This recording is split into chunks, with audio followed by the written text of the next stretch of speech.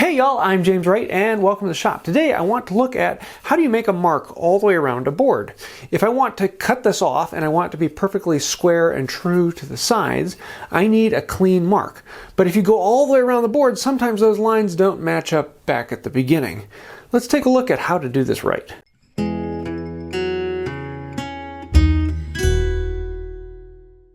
When I originally got this little tri-square, I thought it would be kind of gimmicky. I thought something small like this, I wouldn't use that often. But I really find that I use this more than any other square in my shop. My main tri-square, I use this one quite a bit, but I don't use it quite as much as this one. So we're going to set this on here. I'm going to grab my marking knife because a marking knife always leaves a better line than a pencil. And I'm going to cut my line here. And then I'm going to rotate it. I'm going to set my marking knife right into that line. And I'm going to make this mark. Then we're going to rotate it again. I'm going to set my marking knife right into that mark, set the square against it, and then make the mark. Then we're going to rotate one more time, set the knife into the mark, square up against it, make our mark, and we'll see how closely we line up. You can see those two lines don't meet up quite exactly, and that's not a huge issue. They're off by about 1/16 of an inch, and that's not too much of a problem, though on some of the bigger boards you'll often see that this can compound and be off as much as 1/8 inch or more. The larger the surfaces on the board, the better chance that that's going to be off. If I'm doing this on something that's like 12 inches across, then those lines will be even farther apart. So how do we fix this? Well, first thing, we need to know something about the board. We need to know what is our reference edge and what is our reference face. Now on a board like this that is square, 1.5 by 1.5, there really isn't that much difference in face and edge.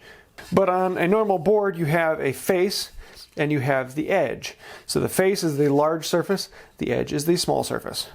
Normally when I'm dimensioning the wood, I'm going to start by creating a nice clean edge, and I'm going to mark that with a V pointing at one of the two corners. That V is going to tell me that this is my reference edge and this is my reference face. And I'm going to do a little curly Q on here. This is an incredibly old mark, knowing that you have your face and your edge. And this lets you know this is the corner that's important. All three other corners are not important, but this face and this edge, those are the ones we want to mark off of. So now I'm going to do the exact same thing. I'm going to come over here and grab the square. I'm not going to put it on here because this would then be referencing off of no name. I want it to be referencing off of the edge. So I'm going to put my fence on there. I'm referencing off the edge and make my mark.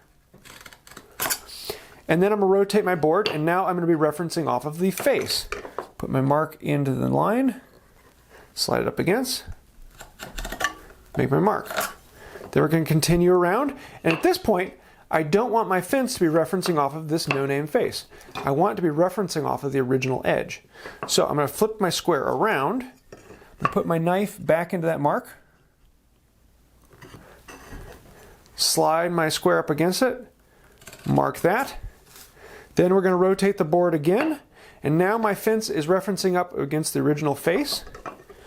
Put this on here. I'm going to put it into this mark over here because this is the earliest one. And then we'll draw our line. And on this one you can see they are dead on. So there you go. This is the line we just drew right here. This is the line we drew before. And you can see how this one lines up perfectly. I mean, that is exactly all the way around the board. And this one's got a little bit of variance. And again, the bigger the board, the more variance you're going to be. So as long as you keep in mind where is your reference edge and your reference face, and then always keep your fence of your square on one of those two, you'll get a nice clean line all the way around the board. So this is an incredibly old tool and an incredibly old technique. But the reason that they're still around is that it's very, very useful. You can get these exact lines even if a board is not perfectly parallel. And there's sometimes where a board isn't perfectly parallel. It may actually have a taper on it. And if it has a large taper, then I need to make sure my square is always referencing off of either the reference face or the reference edge. I don't want it measuring off of the taper. That way I can make sure that my lines all the way around the board are square to the reference edge and reference face. This is an incredibly simple technique, but once you wrap your brain around it, it will make a world of difference in your joinery. The more accurate your marks are, the better your joinery will be, because your joinery is only as good as the accuracy with which you mark it. And that's why if I'm going to be making a cut with a saw, I'm going to be marking it with a knife because this knife is the first cut of the saw. This severs the fibers and delineates exactly what is kept and what is left. And if this line is accurate, then my saw cut has a far better chance of being accurate. If I'm using a pencil, well, then I have a thickness to the lead, and there's less a chance that my saw cut's going to be accurate. So I hope this quick tip helps you out. This is one of those simple ones, but it's one we all need to be reminded from time to time. I know I still occasionally will wrap a square around it and come up with the lines don't match up. I'm like, what did I do? Oh, duh, I didn't check it first. I'd love to hear your thoughts and ideas on this. Do you have any quick tips you think I should do in the future? Let me know those down below. Also, I want to say thank you to the patrons on Patreon, especially this last week. You guys have been an incredible encouragement to me and my family. Thank you for that. That means more than I can say.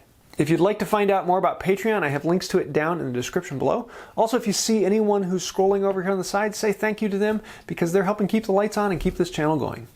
So I think that's about it for today. And until next time, have a wonderful day. Ooh, that is square, true, plumb, and flush. Since when did woodworking take up plumbing terms?